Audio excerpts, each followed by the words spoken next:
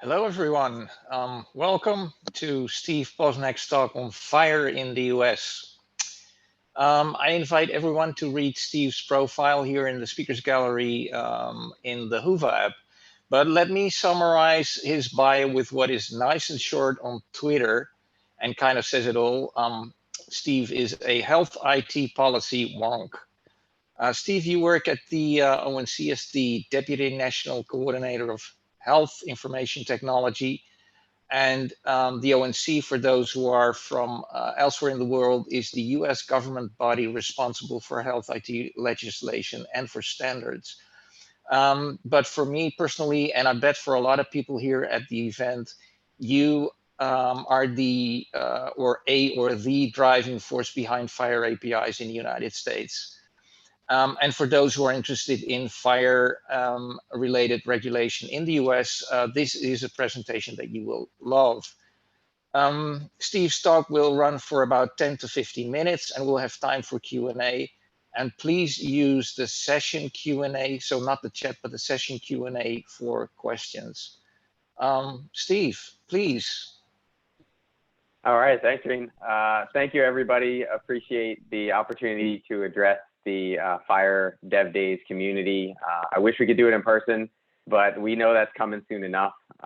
So we'll have to do as we have like last time around. But I am from New York originally, so I have crammed as many slides as I can into my talk, and I will compress it and speak as fast as possible to get everything in. I'm just kidding a little bit.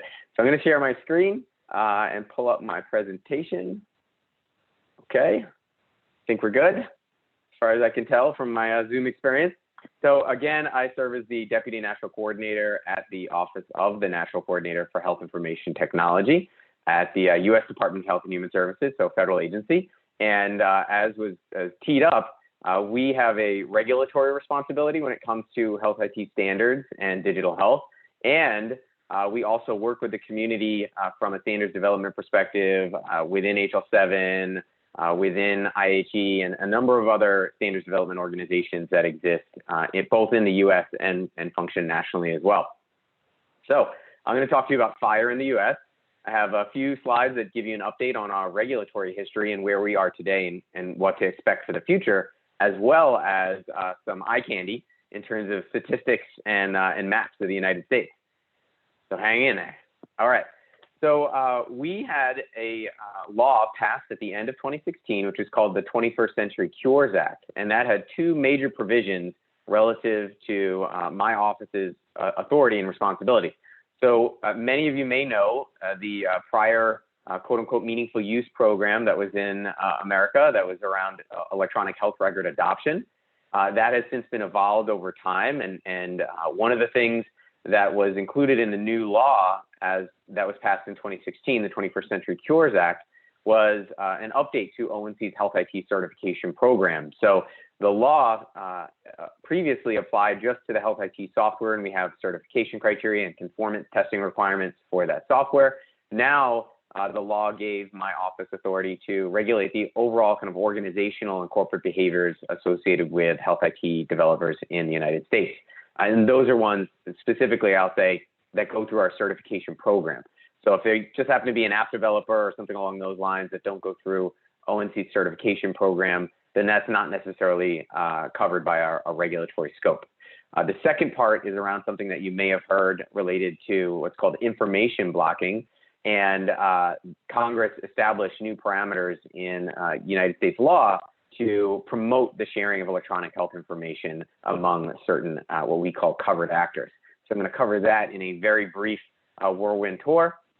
But one other thing that I'll note here, you may be familiar with the Centers for Medicare and Medicaid Services in the United States, a very big regulatory agency as well as collaborator in the space. They run Medicare and Medicaid, as may be described and obvious by the name of the federal agency. But they also have a regulatory responsibility in terms of health plans, payers in the space too. And they have set their own leverage in regulatory text around the use of FHIR by these health plans and payers in the United States too. So it's often, as we are one, federal government, one federal agency underneath the Department of Health and Human Services, sometimes those things get confused.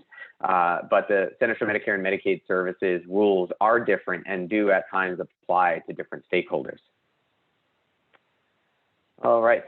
So very quickly, there are a number of conditions of certification in the law that we have now implemented in our executing regulation. One of them, as you may compare to your country, if you're from outside the United States, our Congress included in the law specific mention around application programming interfaces and charged my office to put forward policies that would promote innovation and competition and the use of APIs that could be quote unquote without special effort. And so we went through a lot of work through our regulatory process to lay out what we thought were transparency requirements, standardization requirements, and pro-competitive business practices.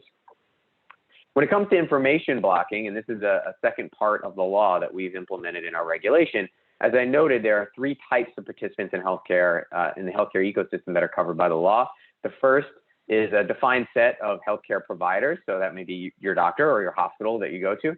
The second would be the developers of certified health IT. And then the third would be what we refer to as health information networks or health information exchanges. And so those are intermediaries that help facilitate data exchange among different participants in healthcare. So all of those, what we call covered actors, again, are subject to the information blocking law. When it comes to the application programming interface, the API related work and regulatory provisions that we included in our regulation, it was at a point of maturity for us where we said, it's possible for us to regulate FHIR and set a consistent industry-wide baseline in the United States for API access from both a provider, so in the clinical setting and clinical use, as well as for patient-related access and the third parties that they may choose. So this is an evolution from our prior regulatory space in 2015, where we had a functional requirement for an API, but no specific standard. Now we are requiring FHIR Release 4 in specific to be the base standard, along with the wraparound of OAuth 2, SMART related implementation guide and specification requirements, OpenID Connect, and a few other details that are in our certification criteria. The two main scope points that I wanted to point out here relate to the bottom part of this slide. We included that the certified API, as it goes forward, needs to support two main types of functionality. So one would be access for a single patient's data, and then the other would be access for a population, multiple patients' data. Many of you that are operating in this space probably are aware of the bulk implementation guide, and we have regulated both sides of the API in terms of for single patient related access.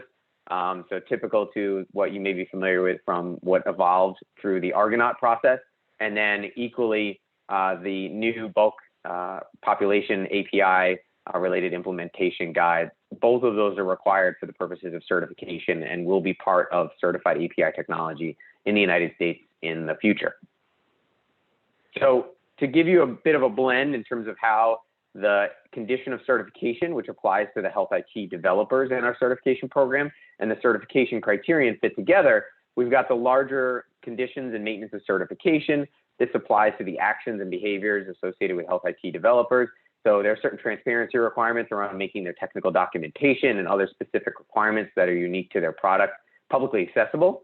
That's separate than the technical conformance requirements that a health IT developer software would need to go through in order to make it through our certification program. And again, I have some of the details listed here related to what the certification criterion includes. One other thing I'll highlight on the basis of this slide is that it is a read-only focus at this point. So for certification purposes, that is what FHIR servers, and that's largely what we're going to be testing, FHIR server functionality, needs to support that read-only focus at this stage. So no write-related testing is involved in our regulatory scope for certification purposes. The other thing that you may be interested in about the scope of data that would need to be accessible via these certified APIs is what we refer to as the United States Core Data for Interoperability. That's available on our website, healthit.gov. And I don't have too much time to go into all those details, but it is a subset of health information, a lot of the basics that you may be familiar with, but it also now recently includes clinical notes, provenance related information and a few other clinical details that we've added in over time through our regulatory process. All right. On to some of the eye candy. So in the United States, you may be familiar with some of these health IT developers, and these are some slides that my colleague put together and presented earlier this year at ONC's annual meeting. And so the data hasn't changed too much, but we are looking at doing a refresh toward the end of this year as new market data comes in. These are the 10 market-leading EHRs, and all of them support FHIR.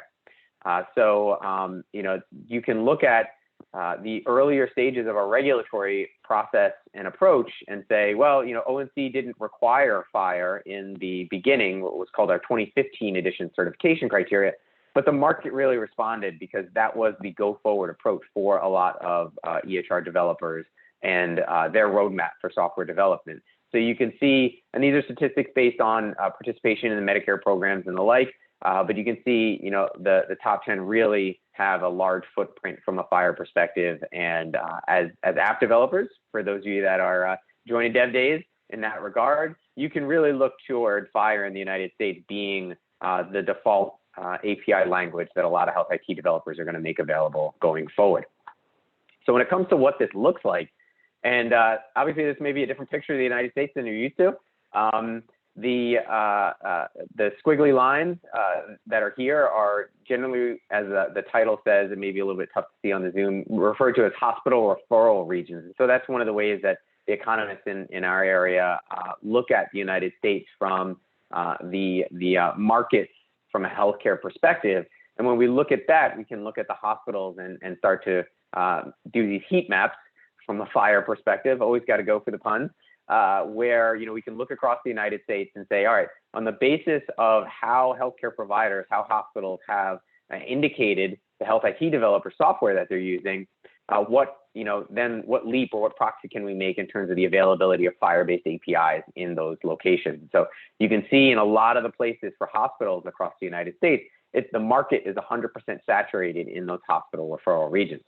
The same is it's better. And this light tan here, just so it isn't too deceiving, or orange or whatever the color might show up on your monitor. That's 76 to 99% in terms of market saturation for clinicians in the ambulatory space in the United States as well. So really good penetration from a hospital perspective, pretty good penetration and market share from an ambulatory perspective.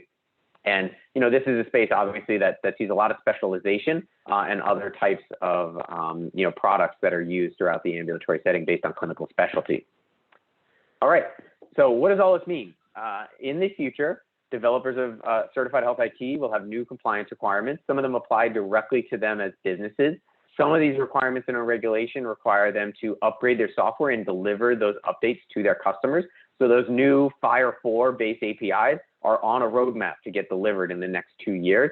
And there are other requirements in our rules that actually change and empower health IT users and their interactions with those developers. The other point on information blocking is that, as a general matter, sharing information in the healthcare space is now the law, with limited exceptions. And I didn't go into the information blocking policies all that much, but there are certain instances where someone may not be able to share, and that's why we've come up with exceptions to the general rule in our law. The other one thing I'd note is that the applicability for the information blocking requirements begin now on April 5th of 2021. We issued a recent rule to extend those deadlines given the pandemics around that everybody's facing. So that gave everyone a little bit of additional breathing room and time to come into compliance. And this is a timeline that shows you everything. It doesn't have all the dates, but the one I wanted to star, which is up at the top there, has to do with by the end of 2022, and certainly could happen sooner. So this is no later than date. The new FHIR-based API capabilities will need to be made available to customers of certified health IT developers. So between now and 2 Decembers from now, we will start to see an increased rollout and industry availability of FHIR 4-based APIs with the United States core data for interoperability accessible vis-a-vis those APIs. If you need or are interested in finding out more information about ONC's final rule and other details about our regulatory process and standards adoption, you can go to this website, healthit.gov/curesrule. And if you'd like to just generally reach out to ONC, follow us on Twitter or sign up for our listserv. You can find out all the information available there. And that's it. So sorry it took a little bit longer, but happy to answer some quick questions if that is up anybody's sleeve. Thank you, Steve. Wonderful. I already have a question here from Dave the Broncard, better known as e-patient Dave. So, and his question is around hospitals that are already complying, for instance, with sharing visit notes. Do you have any numbers on how many hospitals are compliant already? And are there any champion superstars that you care to name? That's a real good question, Dave. Thanks. Good to hear from you. I saw I missed the Zulip chat from you too, so I'll get back to that. All of us are, trying to keep up with Zulip. So first world problem, right? It's a great question. Some of those statistics that would be great for the hospitals or healthcare providers in the U.S. to make publicly accessible. Always an opportunity for people to step up and show their leadership. Right now we aren't able to collect those types of statistics, but I think we'll start to see and be able to use as a proxy as healthcare providers and hospitals adopt certified EHR technology. We'll be able to indicate which ones have moved to the 21st Century Cures update certification criteria, and then start to be able to show that transition in the United States. But right now it's still early stages. I know that there are a number that are working on making available more information in advance of the regulatory compliance dates. And I think we'll continue to see that and would encourage, the healthcare providers out there to do that, provided they have the availability of their time and resources to do so. Thank you, Steve. Maybe it may be a surprise to you to learn that the #1 country here at DevDays, when you look at the participants, still is the United States, although this is the European Asia Pac edition. So I wonder what it takes for the US audience not to be interested in FHIR. And maybe I have a question related to this is, when you postponed the deadlines due to COVID, did you experience what's the attitude in the industry with regards to the adoption of FHIR APIs? Is it like checking the boxes, or is there really some enthusiasm even, or is it being experienced as an opportunity? What do you see in the market? Yeah, there's definitely enthusiasm. I think the deadline extensions, is certainly deliberated quite a bit in terms of both the trade-offs associated with the policy and regulatory relief. But I don't think that's resulted in seeing anybody take their foot off the gas pedal. And to your point as well, I can speak from a federal agency perspective. There are a lot of agencies across HHS as well as the executive branch that are now looking to FHIR to help enable greater automation, new user experiences, new experiences in terms of how they interact with the government, and reducing the surveys, right? So you have a lot, the FHIR questionnaire. I know, Graham is always nervous about the amount of hype that's placed on FHIR, but I think we're starting to see a real maturation of investment, both in terms of the federal space as well as the private sector business ecosystem in the United States as well. This is, people aren't as great as, version 2 is or CDA. When people are looking to solve new use cases, it's a FHIR first mentality. Nice. Okay, thank you. And since this is an international conference, did you get a lot of interest from other governments around the world in what you're doing, and what's your take on how this relates to what's happening elsewhere in the world? Yeah, absolutely. So there's certainly some alignment and similarities between us and the Netherlands. We've talked about the United States core data for interoperability and what you all have, and a few other countries have been interested. We also make available what's called the Interoperability Standards Advisory, which I refer to as the Standardsopedia. So if you want to see all the standards that are used across the United States for different use cases and interoperability needs, that's also available on our website. The U.S. is part of what's called the Global Digital Health Partnership as well, which is a government-to-government information sharing and collaboration organization. And we have been in constant contact with a number of our colleagues across the globe on. There are a lot of differences, as you might imagine, in health systems and health policy and the way in which we approach all those things. But when we get down to it, providing care and using advanced technology, those are a lot of places where we have similarities. And we've been trying to share lessons learned and also, learn from the pilot opportunities and other national deployments that I know the Netherlands, Nordic countries, et cetera, have had a real, good spirit in doing and an ability to do so at scale. Nice, thank you. That's a positive note, I think, to end this presentation. Steve, thanks very much for updating us on what's happening in the United States, and I hope to see you again here. Yeah, have a great day. All right. Take care, everybody. Take care. Bye-bye.